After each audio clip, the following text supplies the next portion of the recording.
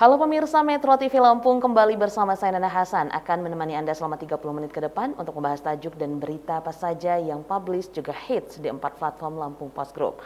Saat ini saya sudah bersama dengan Dominikus Widodo, Wakil Pemimpin Redaksi Lampung Post. Pemirsa, sebelum kita untuk membahas tajuk Lampung Post kali ini, terlebih dahulu kita akan menyaksikan video editorial berikut ini.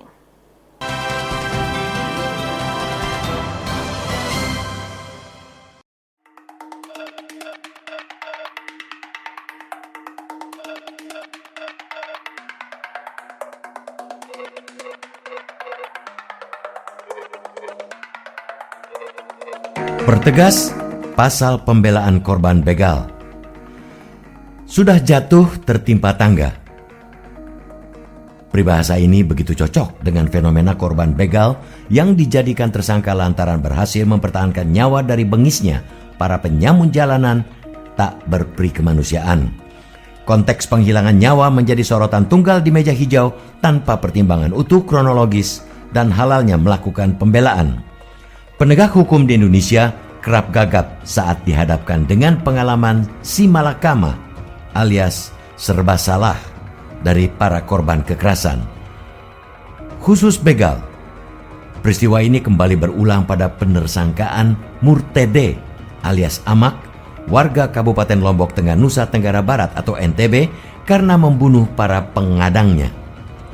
Status Amak baru berubah di saat publik marah lantaran putusan itu tidak mencerminkan keadilan dan kemanusiaan.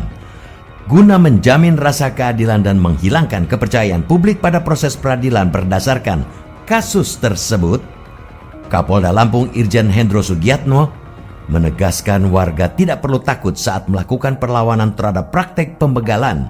Bahkan, Kapolda berjanji akan memberikan penghargaan bagi siapapun yang berhasil melumpuhkan begal. Imbauan Kapolda Lampung itu sejatinya bukan omongan sesumbar atau pendapat tanpa dasar. Sebab jaminan pembelaan diri korban sudah begitu jelas dijamin pada pasal 49 KUHP. Pada 49 ayat 1 KUHP disebutkan, barang siapa melakukan tindakan pembelaan terpaksa untuk diri sendiri maupun untuk orang lain, kehormatan kesusilaan atau harta benda sendiri maupun orang lain, karena ada serangan atau ancaman serangan yang sangat dekat dan yang melawan hukum, tidak dipidana.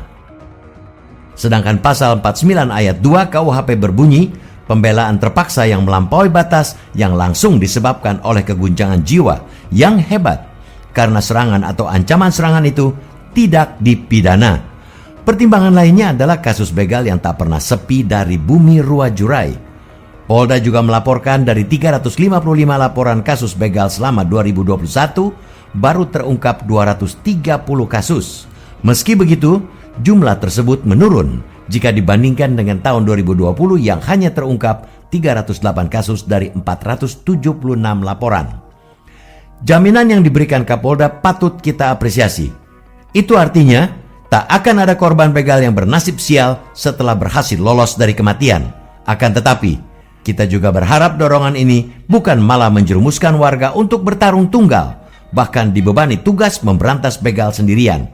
Jaminan keamanan dan pencegahan terhadap praktik begal tetap menjadi tugas utama pihak kepolisian. Para petugas juga harus berani bertindak tegas terhadap para pelaku begal. Apalagi pada Mei 2021 lalu, Kapolda Lampung sudah memerintahkan jajarannya untuk tak ragu menembak para pelaku pembegalan atau perampasan sepeda motor. Jaminan penegakan itu jauh lebih penting ketimbang membiarkan korban dan begal saling tikam dan memundurkan hukum laksana di alam rimba. Di sisi lain, jaminan perlindungan atas nama korban ini jangan sampai disulap menjadi alibi dalam kasus-kasus berujung maut di jalanan. Pasalnya, insiden perkelahian berujung kematian di jalanan tidak cuma perkara begal-membegal. Persoalan begal tidak hanya bisa dipandang dan ditimbang dari konsekuensi pelaku dan korban.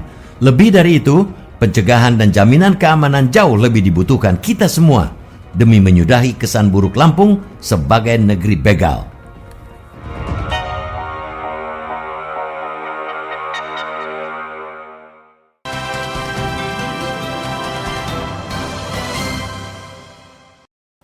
Oke Mas Wid, apa yang menjadi sorotan untuk tajuk Lampung Post kali ini? Temanya pertegas pasal pembelaan korban begal. Oke, pertegas dari korban begal, pasal dari korban begal. Nah, Mas Wid, memang kita ketahui pencurian dengan kekerasan atau begal ini memang sempat menjadi stigma yang buruk gitu untuk Provinsi Lampung. Nah, sebenarnya seperti apa kondisi saat ini, Mas Wid? Menjelang Lebaran ini selama Ramadan, memang tingkat kriminalitas meningkat begal, itu yang dilaporkan. Kemudian banyak juga pencurian kendaraan bermotor di Lampung. Memang frekuensinya meningkat dari hari-hari sebelumnya, memang karena mungkin himpitan ekonomi atau apa. Oke. Nah, namun dari 2 tahun terakhir ini memang sempat bisa dibilang kasusnya sangat banyak sekali, Mas Wid. Tapi yang cukup heboh kali ini ada kejadian korban begal membela diri, namun menjadi seorang tersangka. Nah, itu sebenarnya seperti apa harusnya sikap yang diambil dari penegak hukum? Mengapa membela diri menjadi seorang tersangka, Mas Wid? Ya, ini sempat ramai juga menimbulkan kemarahan publik. Di Nusa Tenggara Barat ada warga bernama Amak, dia dibegal oleh 4 orang di tengah jalan, kemudian dia melawan. Ternyata dari 4 begal itu 2 tewas, kemudian yang 2 kabur ya, lari. Nah, tapi polisi menetapkan si korban begal ini sebagai tersangka, kemudian menimbulkan amarah publik sampai kemudian menjadi kasus yang rame ya. Belakangan memang pada akhirnya Mabes Polri, Kapolri memerintahkan untuk menghentikan pengusutan perkara tersebut karena memang membela diri itu tidak bisa dipidana. Dan ini juga sebenarnya kan sudah diatur di KUHP pasal 49 ayat 1 dan 2 sudah ada aturannya. Oke, sebenarnya sudah ada aturannya, namun ketika publik sudah ramai, baru kasus ini diberhentikan. Nah, Mas Wid, ini sangat menarik sekali pembahasan kita kali ini. Nanti kita akan lanjut, kita akan jeda sejenak. Pemirsa Metro TV Lampung, jangan kemana-mana, kami akan kembali sesaat lagi. Tetaplah bersama kami.